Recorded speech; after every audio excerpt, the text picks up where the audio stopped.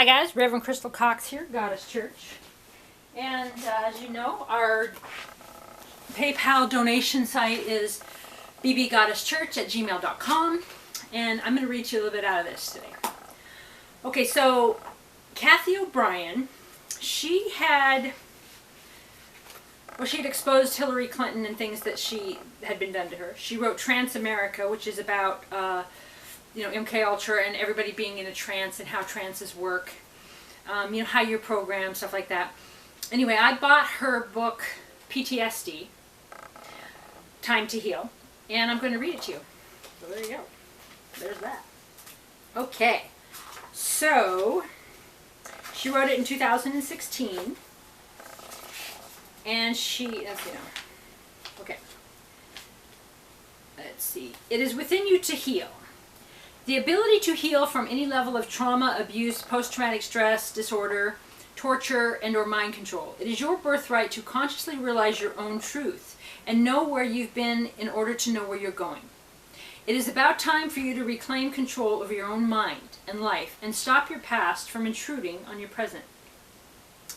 Whether you experience intrusive memory, repressed memory, night terrors, or subconscious undermining of your goals and intentions, today is the day to gain peace, and then it says peace. So peace, P-E-A-C-E, and P-I-E-C. So peace and peace of mind, and ultimately the freedom to live true to soul on purpose. I know absolutely, soul spelled, soul, S-O-U-L. Healing is possible based on personal experience after 3 decades of robotic MK Ultra mind control. Born into multi-generational sexual abuse, I became targeted, conditioned, and programmed for top-secret U.S. government White House Pentagon-level covert operations. I've written these memories out in detail in previous books. Okay, so, number 1, Trance, Formation of America, was written in 1995 from compiled testimony for the U.S. Congressional Permanent Select Committees on Intelligence Oversight. It was released en masse when the 1947 National Security Act was invoked in our case. Trance is now in law libraries worldwide, is being taught in major universities, and is published in numerous languages. This graphic information details my experiences in MK Ultra mind control and was never intended for the public, particularly other victims whose memory can easily become contaminated due to their high suggestibility. Okay, number 2, this is like her second book, Access Denied. I think a friend of mine just bought this one. For Reasons of National Security, was written for the public to raise awareness on mind control and healing from it. It details how government insider Mark Phillips rescued my daughter, Kelly, and me from our tortured mind control existence. Mark had eyes to see, ears to hear, and soul to know top secret information on mind control that needed to be brought to light for the sake of humanity's free thought. Knowledge is our best defense against mind control, and mass awareness is key to positive necessary change. Okay, and it says, for reasons of nationalsecurity.com. Okay. Access Denied is a testament to the strength of human spirit and the power of love. It details healing methods Mark taught me that he had learned during his tenure in mind science. Healing from trauma and PTSD had been deliberately suppressed from mental health worldwide since it is an antidote to the military's ultimate weapon of mass destruction, mind control. Mind control is being used on and by the U.S. military. Now military veterans are returning home from service suffering from PTSD and in need of healing information that is as slow to emerge as it was their diagnosis. For over 25 years, Mark and I have been raising awareness on the effects of trauma on the human mind and ultimately healing from it. When we first began speaking out, mind control and PTSD were unheard of in the general public domain. Now it has increasingly become common knowledge due to the vast numbers of our military veterans suffering from PTSD. The Veterans Administration has finally, 25 years later, acknowledged the reality of this emotionally debilitating affliction. It has been a long, hard journey for us as U.S. government whistleblowers, and a much more difficult for the numerous veterans seeking to reclaim control over their minds and lives. With our veteran suicide at a 22 per day as of this writing, we cannot wait another 25 years for release of this otherwise classified healing information. Since the release of Access Denied, we continuously hear from people all over the world who report healing from varying levels of trauma by applying to themselves the methods Mark taught me that weave throughout our book. This book you are reading now is yours. Yay! It is written in a concise manner to empower you to know your own truth without having to wade through mine. Within these pages are healing methods you can apply to yourself, just as I did. I am living proof that these otherwise secret intelligence methods of deprogramming do indeed work. It will occasionally be necessary for me to refer directly to my experience to illustrate a point, and in keeping with the fine line of laws that Mark and I walk as U.S. government whistleblowers. Still, this book is yours. There is no level of PTSD that is insignificant. Whether you suffer from PTSD, torture, trauma, religious manipulation, social engineering, or the kind of robotic mind control I endured, it is within you to heal yourself. It is within you to know your own truth. This indeed is truth that makes us free. Okay, this next section is called Time to Heal. A concept of time equates to a concept of awareness or consciousness. I know from experience that trauma results in disassociation, which is professionally defined as the mind's sane defense to trauma too horrible to comprehend. The neuron pathways of the brain actually shut down to repress or isolate the trauma so the rest of the mind can function normally. This repressed memory is shoved deep into the subconscious and is often consciously perceived as missing time. When repeated traumas occur, more and more neuron pathways shut down, sectioning off memory with less and less capacity for conscious thought.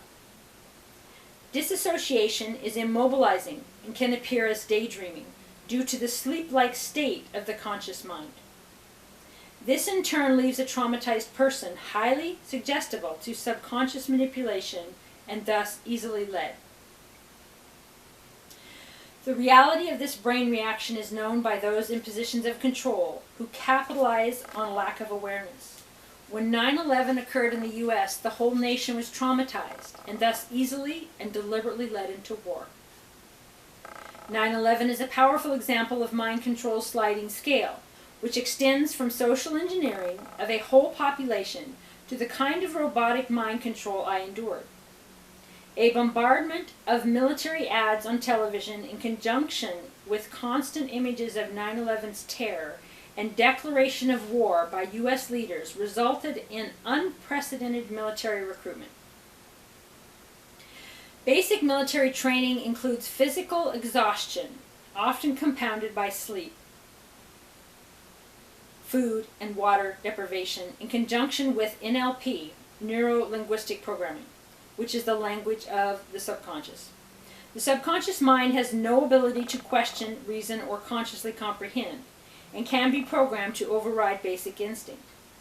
Considering that killing is contrary to innate human morality, the conscious mechanism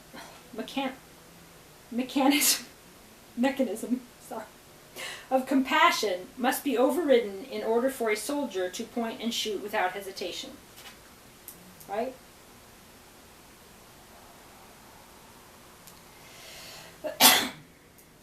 Video games incorporating virtual reality are common methods for point-and-shoot conditioning. Once on the battlefield, the game shoots back, which compounds the trauma of war. Conscious realization of this imposed programming is the first step toward uprooting the subconscious driver to not think and just do. Remember, consciousness equates to a concept of time, which is the opposite of disassociation or missing time. So wear a watch. Watch your watch. Please appreciate that a cell phone is not a substitute for a wristwatch due to its multiple purposes. I was going to say processes. Same thing, right? Stay aware of time all the time. This will keep you from slipping into mind-brain rut of disassociation. Our brains are amazing, yet they can be lazy if we are not mindful of driving them. Mind control program or disassociation is like a well-worn rut or groove in the brain. Imagine rivers of thought so entrenched that thinking free of that pathway is akin to pushing the river in a new direction. It requires mental deliberateness and conscious determination. So, like we've talked before about like that movie, What the Bleep, when you have a pattern and the pattern keeps going and going and going, right? Okay. When you disrupt that pattern, it doesn't work at first, right? It's like a smooth surface, and you gotta get a new groove going. You gotta build new neurons. So you have to practice with your new response, right? To build new neurons, new grooves. Okay, the most effective way to reach that mental deliberateness and conscious determination is to reestablish free thought. Reopen neuron pathways that have closed due to the brain's response to trauma too horrible to comprehend. Remember, hypnotists are only as good as their education and integrity. You do not need someone outside of yourself leading you within. This can be done through writing out memory. The very act of moving a pen uses the logic function of the brain, whereby shifting your emotional, incomprehensible trauma over to logic where it can be consciously dealt with. You already survived it once, and remembering it and writing it out loud will only free you from it. I'm going to read that again. I think, Roseanne Barr was doing, she's done several videos lately promoting Cathy Obrien's stuff. And, talking about writing it down, gets it out of your mind, which is the process. I'm going to read this again. This can be done through writing. Okay, so you do not, so if the trauma is too horrible, okay, so this can be done through writing out memory. The very act of moving a pen uses the logic function of the brain, whereby shifting your emotional, incomprehensible trauma over to logic, where it can be consciously dealt with. You already survived it once, and remember it, and writing it down will only free you. Time to go get pen and paper. Be sure to strap on a watch while you're at it, if you're not already wearing one. You are now well on your path to healing.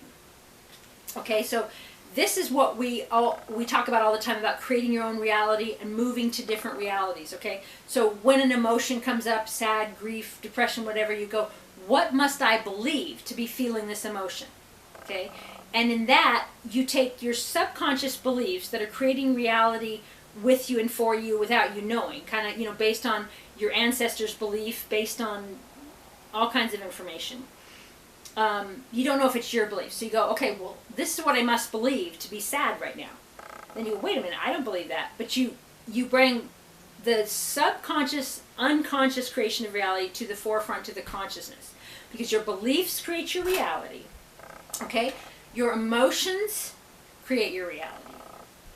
When you move into knowing, like for sure something is for sure for you, which you can know from a belief that someone else is that's unconscious. Okay? But when you know your belief and you know your preferences, like the Elan stuff, Elan, E-L-A-N, point of power, Bashar, things like that some people call the Mandela effect. But you move between realities based on your thoughts and your belief. Moving into your knowing. When you know, that's when you shift to another timeline. Okay. So, so write down your trauma. And you don't need to reread it, you don't need to restory it, you can burn it. Remember like Candace Pert, I think she's passed away now, but in the documentary of energy healing, she was a psychiatrist talking about not restoring. Right? Don't keep telling the story, because then you're creating that more of a reality. So you tell it once and let it go. So if you write it down and let it go, you don't need to reread it, because then you're restoring it and recreating it. And she was also talking about, like within energy healing, the medical system trains on cadavers, right? So they're not factoring in energy. They're not factoring in emotion. They're not factoring in belief, which is actually what moves you through different realities, through like the double blind split, the quantum shift. So Western medicine is all messed up. Okay. Righting wrongs. And writing, W-R-I-T-I-N-G. Writing out memory is key to reclaiming control over your own mind and life. How you write out memory is more important than what you write out. What you write out is for you, for your consciousness, and not for others to read. So you do not have to worry with grammar, penmanship, or fluidity of events. Your memory may be disjointed with side notes and varying appearances. Best of all, since no one else is going to read it, you are safe and free to write it all out. You can even write out secrets and the unspeakable. The pen is mightier than the sword. All memory should be written out without verbalization. All memory can feel so close that it is as though you've never forgotten it or have already told it to someone. Write it out anyway and do not verbalize. Okay, right. In other words, don't read it back, like we were just saying. Okay, vocalizing memory is counterproductive to healing. When you verbalize your memory, it gives voice to compartmentalized repressed memory without lifting it from its rut or rerouting its current entrenchment. Verbalizing memory can further entrench it and even can re-traumatize you in the process. So when you keep going to your therapist and talking about what happened to you, you're creating more of that. Based on quantum physics, you're creating that timeline, you're creating that reality. Like in the Mandela effect, you're shifting a reality where that continually exists, but you're also re-traumatizing. Okay? The more you speak it, the more you bring it into your existence. Your word is your magic wand. You may be inadvertently voicing your trauma to someone who is part of it, or someone who is in need of remembering it from the inside out, rather than through outside input, and in order to heal themselves. Additionally, voicing memory could incite criticism or denial that may impair your healing path. They're like, oh, that didn't happen to you. As one victim of torturous mind control explained, no one would believe the things I can remember. Beliefs do not change reality anyway, whether they are someone else's or your own. Okay, well, this contradicts what I just said, right? So, and again, in anything you read, you don't necessarily, you discern and you believe what you believe for me. But it is my belief that, the irony of saying that, right? In my studies, so Bashar, Elan, a lot of the channeled information, and quantum physics, the double-blind split, that your belief does create and change your reality and moves you to different timelines. But this book is coming from maybe more 3D instead of, like, it's not really New Earth, it's not really quantum, it's about, you know, the MK Ultra stuff that, so you just have to decide and discern what is your belief system with, obviously, like everything I read. Beliefs do not change reality anyway. Okay, so put beliefs aside and write out your truth. Okay, right. So what is your truth? What do you believe? What is your preference for yourself? That creates your reality. Okay, after you've remembered everything, you can then safely make the choice whether or not to share your experience and with whom. Okay? Okay, so we will start next time on page 17, Safety First. So I'm going to stop there for now. So, God has blessed you all. And just try this exercise, okay? So write down your trauma. Maybe even if you know shorthand or whatever. But because, you know, it doesn't really matter the language or whatever, right? So you're writing it down. You'll burn it, let it go. You don't need to reword it. You don't need to restore it. And, of course, you can share it with whoever you want for them to read it, too. But if you verbalize it, your word is literally a quantum magic wand, okay? Your focus creates reality. Your beliefs, your emotions, every single thing you think about every day creates the reality that you live in, creates the reality that the timeline that emerges for you. Anyway, talk to you more soon. God bless you.